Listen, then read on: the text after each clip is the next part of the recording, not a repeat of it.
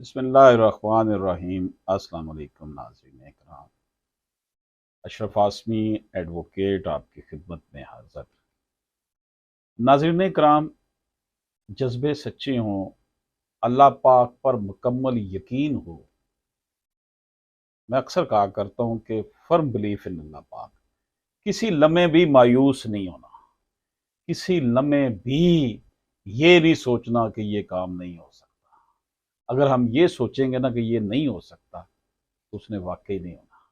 क्योंकि ये सोचना, ये दिल में ख्याल, ये वसवसा लाना कि ये काम नहीं होगा, इसका मतलब ये है कि हमने अल्लाह को अल्लाह मानना ही नहीं है। अल्लाह को मानने का मतलब ही ये है कि हम अपनी टूटी फूटी कोशिशें करें और फिर उसे अपने रब पर छोड़ दें। आज आपको मैं एक केस की रुदात सुनाता हूं। आज से 5-6 माह पहले मुझे एक कॉल रिसीव हुई जिसमें मुझे कहा गया कि एक मजलूम शख्स है जिसको पुलिस ने फंसा दिया है नारकोटिक्स के केस में, वो बिल्कुल बेगुनाह है। उसका ट्रायल चला है और उसको 11 साल की कैद हो गई है। अब उस शख्स को 11 साल की कैद हुई। गुजरात का वो रिहायशी था। काम वो करता था रेंट ए कार का। पुलिस वाले उससे रेंट ए कार पे गाड़ियां लेते थे, लेकिन उसको पैसे ना दिए, उसने पैसों की डिमांड की तो पुलिस ने उनको झूठे केस में फंसा दिया कि जनाब इससे 9 किलो चर्स बरामद हुई है। हालांकि सीसीटीवी फुटेज जो उस गली में लगे हुए थे उनसे पता चलता था कि वो उसे घर से अरेस्ट करके लेके गए हैं, जबकि उन्होंने कहा जी हमने इसको डे लाइट में 2-2:30 बजे फला चौक से गिरफ्तार किया है। बहरहाल जी, मुझे जब ये केस मिला, लाहौर हाईकोर्ट में जेल अपील इसकी आ चुकी थी। अब इस केस में जब मैंने स्टडी करना शुरू किया इस केस को, तो बहुत से एवेन्यूज, बातें, बहुत से लेकुने मेरे सामने आए।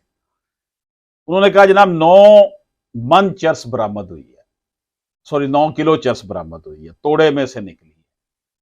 अब उस तोड़े को अदालत में एज ए केस प्रॉपर्टी पेश करना था, ट्रायल कोर्ट में उन्होंने नहीं पेश किया था, कहीं जिक्र नहीं था। मैंने सारी वो ट्रायल कोर्ट का फैसला ज़ाहिर देखा। फिर कहा गया जनाब पुलिस मामूल की गश्त पर थी। तो अगर पुलिस मामूल की गश्त पर थी तो क्या वो तकड़ी और वट्टे वेट मशीन साथ लेके फिर रही थी कि आज हमें मिलना है किसी नारकोटिक्स वाले बंदे को पकड़ कर लाना है? उसका भी कोई प्रूफ नहीं दिया गया कि उन्होंने रोजनामचे में लिखा था कि हम जाते वक्त वेट मशीन साथ लेकर जा रहे हैं। फिर जनाब 9 किलो चर्स के उन्होंने कहा जी हमने वहां खड़े खड़े ही 18 पैकेट बनाए। 9 जो है केमिकल एग्जामिनर के लिए और 9 जो थे वो स्टोर में रखने के लिए एज ए केस प्रॉपर्टी। अब इतनी जल्दी इतने पैकेट बनाए गए, उस पैकेट के लिए जो मटेरियल था वो कहां से आया, इस हवाले से भी तफ्तीश खामोश थी। नाज़रीन कराम, इस केस की जब तैयारी शुरू हुई और इस शख्स के अहलो अयाल इंतहाई तकलीफ में थे, दुख में थे, बच्चे उसके छोटे छोटे थे।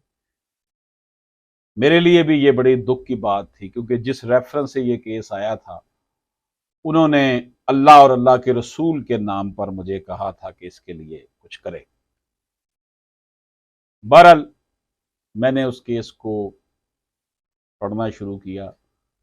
125 मैंने उसके लिए जो है ना वो निकाली, एपेक्स कोर्ट्स की जजमेंट्स निकाली, उस केस की, उस एफआईआर की, उस फैसले की इची बीची कर दी। एक एक चीज मुझे जबानी याद हो गई कि जनाब किस वक्त क्या हुआ, किस वक्त क्या हुआ। वो लिंक जो था, फिर 3 दिन लेट केमिकल एग्जामिनर के पास वो 9 किलो चर्स भेजी गई थी। 3 दिन तक उसे डिले क्यों किया गया? जिस दिन से बंदा गिरफ्तार था वो जेल में था और जेल से ही उसका ट्रायल हुआ सेशन कोर्ट में। बहरहाल इस हवाले से हमने सोचा कि सस्पेंशन तैयार की जाए इसके लिए, ताकि सस्पेंशन तैयार करके बाद में इसकी अपील लगाकर इसके ऊपर डिस्कशन की जाए। लेकिन यह है कि इसकी अपील भी जो है वो सुनने के लिए इसी माह आ गई, जून में ही, जून 2023 पे इस वक्त हम ये वीडियो रिकॉर्ड कर रहे हैं। ये चंद दिन पहले की बात है। अब उस शख्स की कोई बैक हिस्ट्री नहीं थी कि वो मंशियात फरोश है। फिर एपेक्स कोर्ट्स कहते हैं कि ये भी बताया जाए ना कि वो उसने चर्स ली कहां से थी, यानी कि नारकोटिक्स ली कहां से थी और आगे उसने बेची कहां थी, इसका भी कोई जिक्र नहीं। अगर वो चर्स आई है तो वो चर्स ली कहां से थी, उसकी तो इन्वेस्टिगेशन कोई नहीं हुई। वो तो सफा मिसल पर उसका कोई रिकॉर्ड नहीं है। और फिर वो चर्स गई कहां, किसको बेच रहा था? इतने रश वाले एरिया में वो कह रहे हैं जी, एफआईआर में लिखा जी बेच रहा था। तो क्या इन्होंने कोई वहां पे इंडिपेंडेंट विटनेस डाला कि जनाब ये देखें ये चर्स बेच रहा? पुलिस वाले खुद ही सब कुछ बने हुए थे। कोई फर्जी गाहक बनाकर भेजा था उन्हें कि जनाब पता करें कि ये बेच रहा है तो उसको भी रगे हाथों पकड़ लें। तो ये बड़े लकुने थे इसमें। साफ लग रहा था कि पुलिस जो है वो जबरदस्ती इस बंदे को सबक सिखाने पे तुली हुई है। हमारी सोसाइटी में यही होता है नाज़रीन कराम, कि लोगों को फंसाने के लिए ये सिलसिले बन जाते हैं। तो अल्हम्दुलिल्लाह, अल्लाह का शुक्र है कि 11 साल की कैद में से उसने 2 साल कैद काटी थी। कुछ उसे रिमिशन मिल गई, यानी कि जो छुट्टियां होती हैं। तो अदालत आलिया लाहौर हाई कोर्ट के सामने हमने सबमिशंस की, तो अदालत ने इस हवाले से उसकी सज़ा को माफ़ कर दिया और उसको रिहा करने का हुक्म दे दिया। अब ये एक केस नहीं है, ये जो केस है ये गुजरात सराय आलमगीर के रिहायशी आसिफ हुसैन का केस है। ये एक आसिफ हुसैन का केस नहीं है।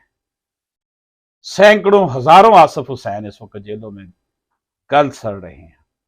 नाकर्दा गुनाहों की सजा उनको मिल रही होती है। कहीं वडेरे जिम्मेदार जागीरदार सरमायादार ने उसको मजा चखाने के लिए उसके ऊपर नारकोटिक्स डालकर या कोई केस बनाकर उसको जेल में फंसाया होता है, तो कहीं कोई पॉलिटिकल आदमी उसको जो है मजा चखा रहा होता है। तो ये थाने कचहरी की सियासत और झूठ की वजह से लोगों की जिंदगी जो है वो उसको अजीरन किया होता है। हमारा ह्यूमन राइट्स फ्रंट इंटरनेशनल का, मरकज़ आसमी इंटरनेशनल का, मेरे जो साथी हैं पीरज़ादा उमर आसमी साहब, साहबजादा हुज़ैफ़ा अशरफ आसमी, साहबजादा अहमद रज़ा, हम तमाम जो हमारी लीगल टीम है, इस सब का ये तहिया है। हमने वी हैव फर्म डिटर्मिनेशन कि हमने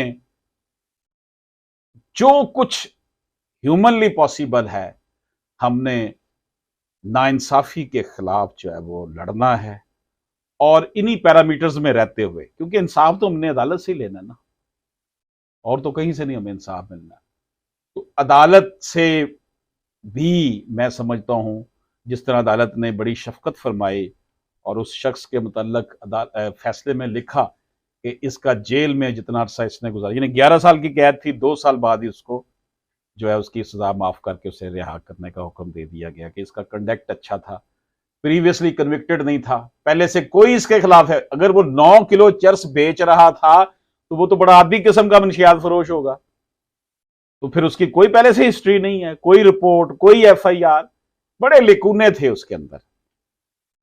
नाज़रीन कराम, जब इस तरह के केसेस को देखते हैं तो दिल खून के आंसू होता है कि अल्लाह पाक ने हमें मुस्लिम घराने में पैदा किया, मुसलमान हम बने हुए हैं, लेकिन इस चंद रोज़ा ज़िंदगी में कुछ फायदों के लिए हमने अपने रब की इस जमीन पर अपने ही फेलो मैन्स, अपने ही जो साथी हैं, अपने ही जो भाई हैं, खा उनका ताल्लुक किसी मजहब से हो, without discrimination, caste and religion, ये धरती सबकी धरती है, उनके ऊपर इस तरह के इल्जामात लगाकर उनको मजा चिखाना।